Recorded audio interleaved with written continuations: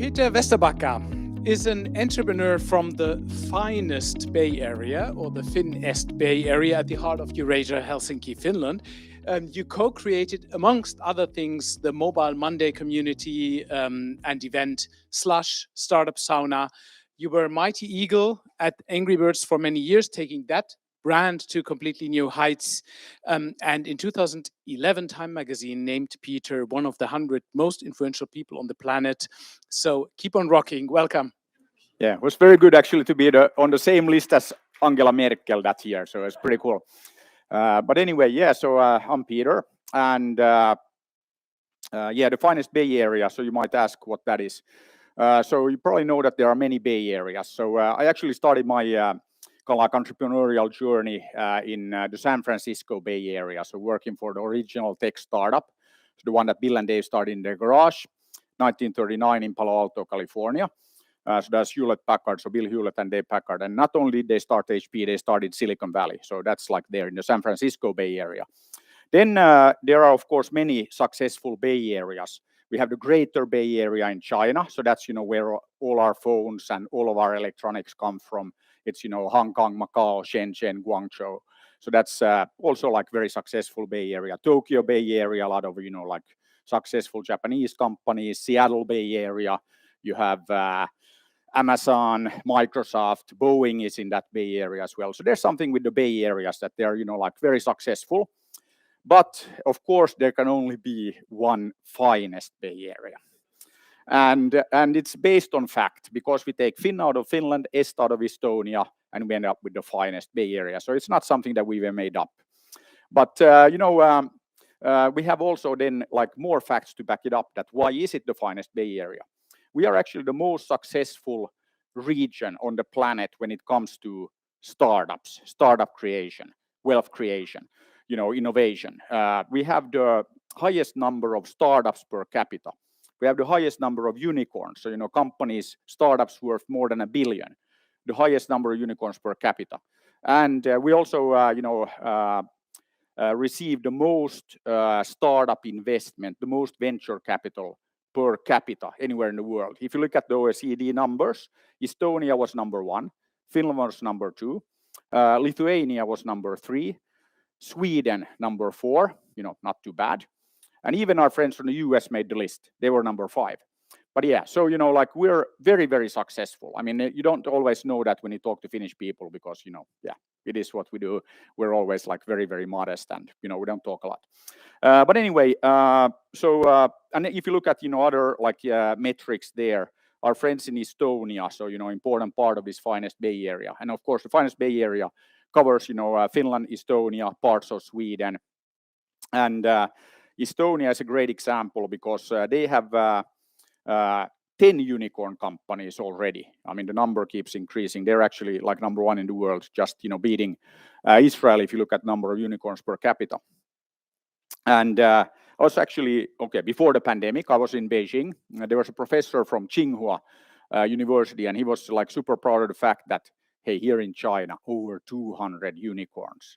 We're better than Silicon Valley and, like China, rules. But then if you do the math, yeah, it's pretty cool. 200, unicorns, big number. But then also you have to take into account that there are a few Chinese people, 1.4 billion. So if you do the math, it's 7 million Chinese people to create like just one unicorn. Estonia, 130,000. That's like pretty dramatic difference in the efficiency. So again, we have the facts to back up, that we are the FinEst Bay Area. But of course, then with, all of this success comes a lot of like challenges, talent. I mean, that's what it's all about. I mentioned Silicon Valley, I've been there like more times than I can count, used to work there. And of course, the success, I mean, it started with HP, Bill and Dave in that garage, but then you've seen Google, Facebook, Apple, Twitter, Uber, like all of these success stories, endless, source of success. But it's all built around the talent and the talent attraction. So most of the founders actually nowadays, they were not born there. They were not there originally. More than half have moved there. And typically, how did they end up there? They came to Stanford. They came to Berkeley. So that is actually the only part of immigration in the US that kind of works. You go there to study and then you stay there. They have about 1 million students in the US that are, international students studying in the US. Actually, the US is not very good if you look at then again the per capita numbers, but 1 million students, it's a good number. And that was also what I mentioned when we had Minister Haatainen here, that we should basically not be content with, okay, yeah, we'll triple the number of students, but if we are, already starting from a very bad position, it doesn't help. We need to be much more ambitious. And that's actually something that we started working on. So basically, typically here, like in Finland, we have a problem, we start a company to fix it because we know that the government will not figure it out. So, that's also why we're building this Helsinki-Tallinn tunnel. And that was kind of like why I was challenging our Minister Harakka a little bit about that, because we're ready to kind of like start building this connection, as soon as the governments get their act together. But anyway, so we started a company to work on attracting more international university students 5 years ago, a company called EduNation. And we started working with pretty much like all the universities here in Finland. And then for years I had been talking about that, hey, we need 100,000 international students to our universities, because actually background there that Krista Kiuru used to be Minister of Education, and we did a delegation like trip to Jakarta, Indonesia. And we met with the Minister of Education there. And then he told us that, probably, like 10,000 Indonesian students would be a good number for Finland. And of course, Indonesia, 250 million people, so 10,000, like no big deal. Okay, then we're sitting in the lounge of the Jakarta airport together with Krista and then some of these people from the ministry, and I said that, hey, fantastic, 10,000. Let's, like make sure that we get all of them to Finland. And then I was immediately told that we can't. And I was like, why not? Okay, and that was before we had tuition fees. So they said, okay, we can't we can't take the money. I said, hey, it's like 100 to 200 million. I mean, I'll take the money and I'll like donate it to the universities. Yeah, that's like not what we typically do. And I was like, okay. And then I said, well, okay, but it's massive opportunity for us, and we kind of like need the talent. This was 2012, I think it was. So a while ago, 10 years. And but then they said that even if we could receive the students, we can't, because the quality of our education will go down. That's okay, I'm not an expert, but okay, let's figure it out. So I went to talk with Jukka Kola, who was the president director of University of Helsinki at the time, and then I met with Tuula Teeri, who was the president here at Aalto at the time. Both of them told me that, hey, yeah, it's great if you can attract these like paying students, we can actually hire better people, and we can actually improve the quality of our education. So it's like actually very, very good if we get this done. Then I went back to the ministry, and then they told me that, maybe that's the case, but where will they live? And I was like, houses, but then I also learned, a very important lesson, that they don't want to find a solution to the problem. They want to find problems. So now, okay, it's housing. Actually, that was the trigger. Then I was working at Rovio Angry Birds. The office is like a mile from here or something like that. Then I started looking around that, hey, there's plenty of space. We can put 50,000 people right here in this Otaniemi, Keilaniemi area. And that was actually then what triggered, like start building the tunnel and all of that. So, everything always like leads to one thing. But then, so I started to looking at like, we can build some houses. How difficult can it be?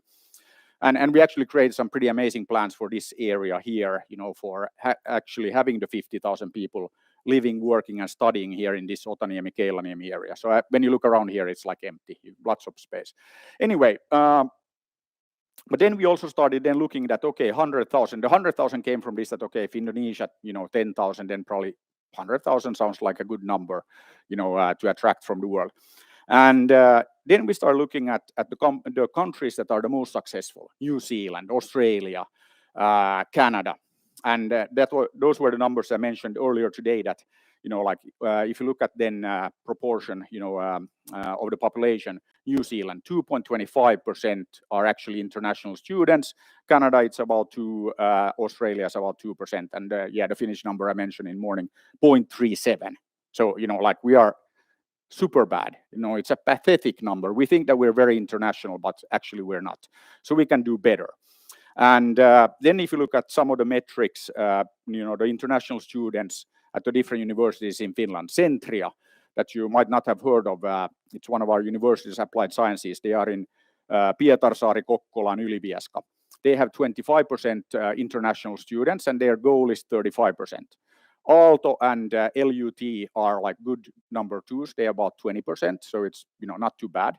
And then I mentioned also that the most ambitious number that I've heard anywhere in Finland is Vaasa. They want to have half, which is like good ambition, and I think that they will get there faster than any of the others. But anyway, so we need to do better. Anyway, so then we started working on that. So this education company been working on like the sales and marketing, the promotion of studying in Finland. And actually, even during the pandemic, we have seen good increase in the numbers of international university students coming here. Then, while we're doing that, realize that, hey, there's one thing that is missing. When you look at the US, you look at all these English-speaking countries, found out that there are hundreds of thousands, mainly Asian students, so young people, they go there already for high school. So, they do high school there in the country, and then guess what? They stay there for university. So we started looking at, okay, what's the situation in Finland? We have 380 high schools in Finland and 111,000 high school students. Anybody know how many international high school students we have in Finland? Anybody have a guess?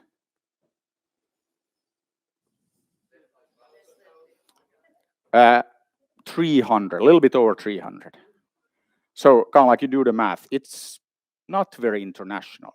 It's less than one, international high school student per high school. It's like, again, like, what? Okay, and then somebody must say, yeah, but like it's easy for those English-speaking countries, because English. So yes, language. Fortunately, we just heard about how difficult it is to learn German. It can take like 9 months. Finnish is one of the easiest languages to learn. So we started actually teaching Finnish in Vietnam and in Uzbekistan a bit under 2 years ago. So the kids there, 15, 16, 17, they learn Finnish to B1.1 level. So that's, pretty good level. It's actually good enough to do high school in half a year. So we had 7 students from Vietnam, 8 from Uzbekistan. They started high school now in August last year, and the results have been amazing. So if you look at we have three young Vietnamese students in Mäntä High School. So it's an hour from Tampere. Put it on map. Probably haven't heard about Mäntä, but anyway, we have 7 high schools. We have Pori, Salo, Mäntä, Rantasalmi, Savitaipale, Taavetti, Rautjärvi.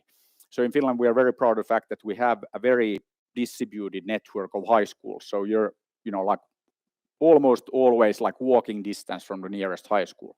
But anyway, so the students started there in August, and we had a lot of, like the teachers that, oh, but hey, we don't want to teach in English. And I said, no, Finnish, no English, please.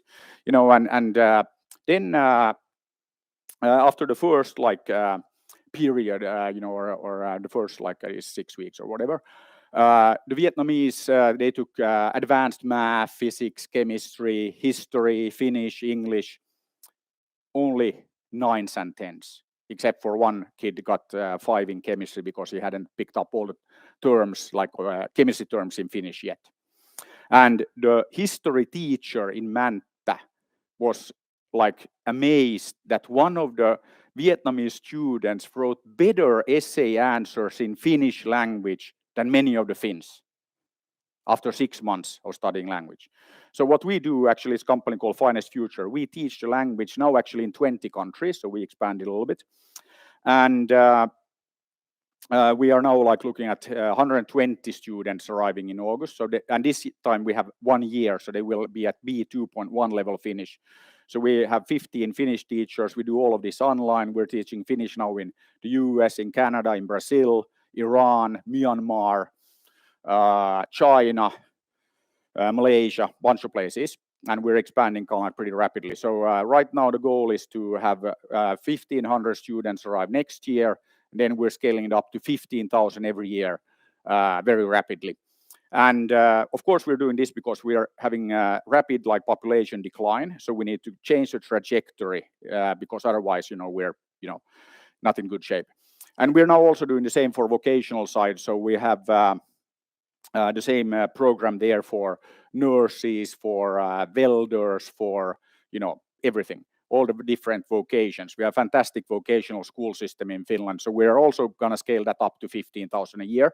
So our objective with FinEst Future is that we'll take care of only half of the 60,000 work and education-based immigrants that we need in Finland every year. And then we hope that somebody else will take care of the other half, and then we'll be in good shape. So that's kind of like the plan. And then I'll save some time for questions, but I need to share one amazing story, or maybe a couple. So we had this meeting of the principals of these smaller high schools. So the 380 high schools in Finland, actually we have 170 that have less than 150 students. And what has happened the last 20 years, the student population in these schools has been cut in half. And this has happened while our population, still growing, the age groups coming into high school. That has happened because everybody has moved to the cities. They come here to Espoo, to Vantaa, to Tampere, to Helsinki. So we have big high schools with 1,500 students. But then in these other high schools, the student population has been cut in half. So there's actually lots and lots of spare capacity. More than 20,000 starting slots get unfilled already now, and the smaller age groups are hitting high school and vocational school in 24 and onwards. So we still have some time to address this. But anyway, we had a meeting of these smaller high schools a couple of weeks ago in Parkano, another place that you haven't heard of, but they have fantastic high school, brand new building, and this is the norm in Finland. The schools, when you go to a new city in Finland, any little village, it used to be that, it's like the church that is in the best shape and all of that. And I guess our churches are okay, but the schools are always fantastic shape. Typically brand new, amazing buildings, just showing that we care about education. And anyway, we had a meeting then in the Parkano High School with the principals of about 50 of these smaller high schools. And I invited Anna, Livia, and Julia to that event. So they are the students, 3 of the high school students from Vietnam, actually from Manta High School.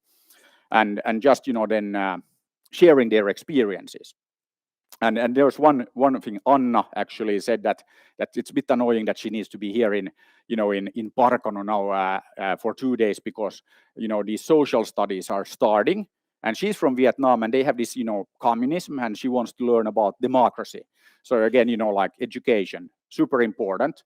And if you take these things, democracy, I mean, how can you not know about that? But hey, if you grow up in this communist country, maybe you don't know. So important stuff. Then the best thing, there's another thing, Julia. So Julia, she's pretty bright, and she takes the advanced math. And she got to the final in the Nordic math competition. So then she asked Johanna, the principal in Manta High School, that, okay, so who else from Manta is going to the final? Then Johanna said that, only you, and you are the only one in the history of Manta High School that has made this. So not too bad. And then, so because we always have this from teachers that, but will they learn Finnish? Yes, they will learn Finnish.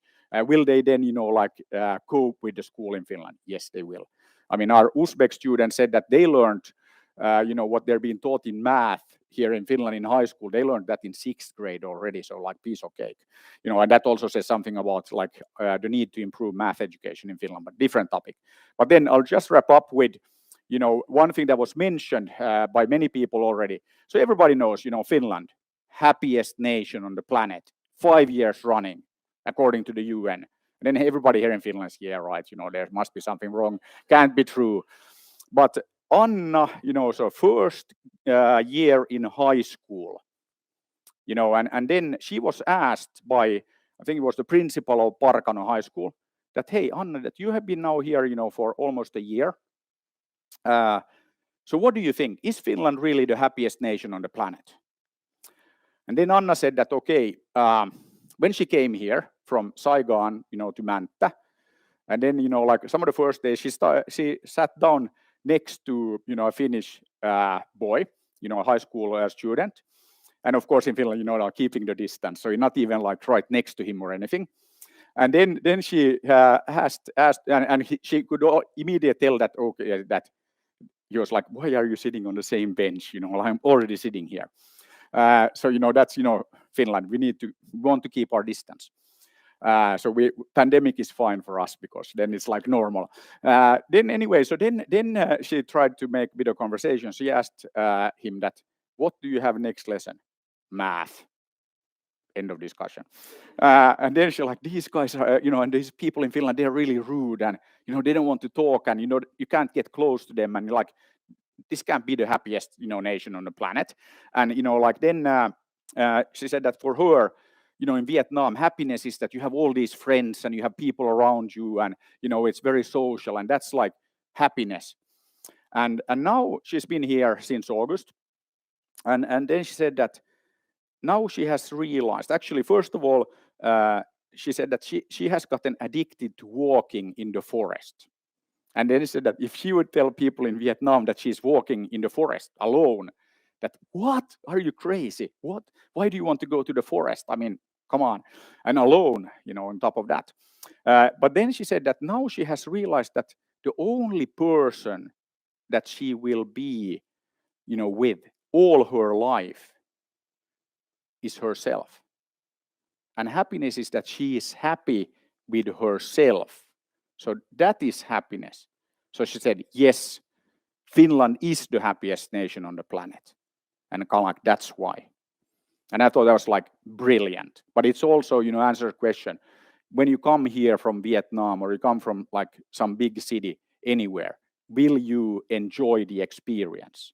The answer is, you will not only enjoy it, you will love it.